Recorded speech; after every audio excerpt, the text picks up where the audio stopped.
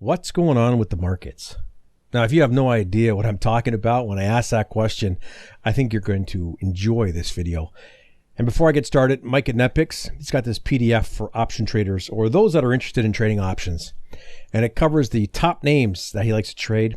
And it's free from the link above or below. And if you're considering options, I think this is a book that would be worth your time to download. You know, and as I mentioned earlier at the top of this video, market context, it's a foreign concept to a lot of traders. And often if I ask a trader the context of the market they're trading, the reply is just a string of words that don't really answer the question. Now, in fairness, it is a concept that can be pretty difficult to grasp. And if you're unsure of what I'm talking about still, let's dig a little bit deeper here. Now, context does not have to be complex, right? Context in relation to trading, it comes down to basically what the market's doing and how it's doing it. So therefore, context can help you to assess trading setups and identify new ones.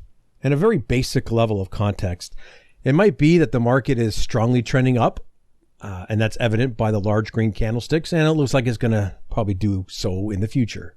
So in this case, it's probably more favorable to look for opportunities to go long if they fit into your trading plan.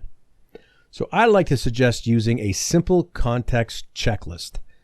And you might want to add to it as well, depending on your trading plan and your strategy. And I think it's useful in identifying Forex pairs, stocks, or futures that are currently trading in a manner that might fit in with your trading plan, your trading strategy.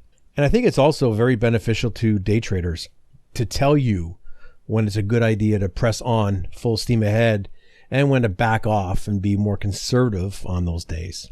But first, I got to say that it's really important to align yourself with the higher time frame because it's really easy to get zoned in on your own trading chart and therefore miss the key market signposts for when bigger market moving activity is likely to come into the market.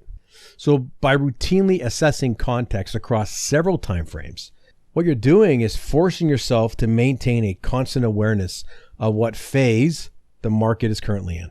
So the next question probably is what time frames to look at outside of your primary period of trading. That doesn't matter if you're trading bars or volume or whatever it is that you use to trade. I would suggest that you start to look at least 2 higher time frames.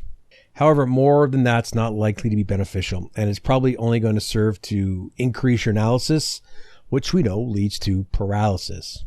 For day trading, I would suggest at least looking at the context on a daily and a 60-minute chart.